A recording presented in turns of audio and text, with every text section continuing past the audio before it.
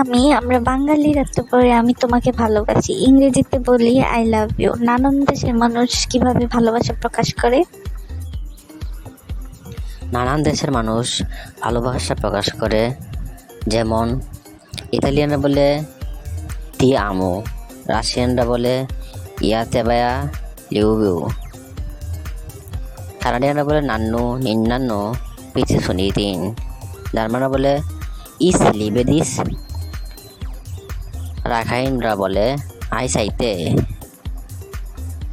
ফার্সিরা বলে দোস্তার দারাম, তিউনিশিয়ারা বলে হাহে বাগ, ফিলিপাইনের লোক বলে ইনবিক কিটা, লাতিন বলে তে আমো,